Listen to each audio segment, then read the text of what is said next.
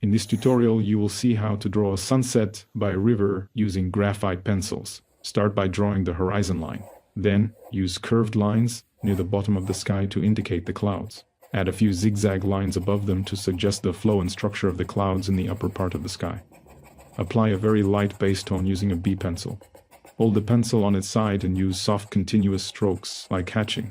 This first layer is only meant to establish a general tone in the sky. After that, gently blend it using a piece of cotton. Once the surface is smooth, return with a 2B pencil to add a bit more texture and depth. Next, draw a row of distant trees in the background. Use horizontal hatching and darker marks along the top, keeping the shapes rounded to suggest the tree canopies. Vary the pencil pressure slightly to create a subtle gradient and a sense of volume. Because these trees are far away, softly blend the shading to blur the details and push them into the distance. Now move to the foreground. Create a dark silhouette area using strokes in different directions to keep some texture. Avoid making this area flat or uniform. Break the line between the foreground and the background by adding irregular strokes and small variations, so the separation does not feel too sharp. With the sky already shaded, use an eraser to lift out lighter areas. Follow the cloud shapes with gentle curved motions to create a soft, diffused effect. Then, using a harder pencil, reinforce a few cloud edges and selected areas of contrast to help them stand out from the background.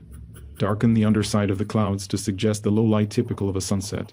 Increase the contrast near the sun, where the light is strongest. Slightly brighten the area above the trees to separate them from the sky and improve depth. Add a few darker marks along the top of the tree line to suggest distant vegetation. Begin drawing the trees in the foreground as silhouettes. Use thin, dark strokes. Since the sun is behind them, these shapes receive no direct light and appear completely dark. Build the branches from the bottom upward using slightly rough, sketchy lines. Add foliage with loose, irregular marks until the shapes feel balanced. For the larger foreground trees, draw vertical strokes while gently moving the pencil in a subtle zigzag motion. At the top, use a Y-shaped structure to form the branches. Change the length, thickness, and pressure of the strokes, thinning and lightening them toward the ends. This variation adds realism and complexity. In the lower part of the drawing, create the river and its reflection. Because this is a sunset, the reflection should appear dark. Shade the water using horizontal strokes, leaving some lines more visible to suggest ripples.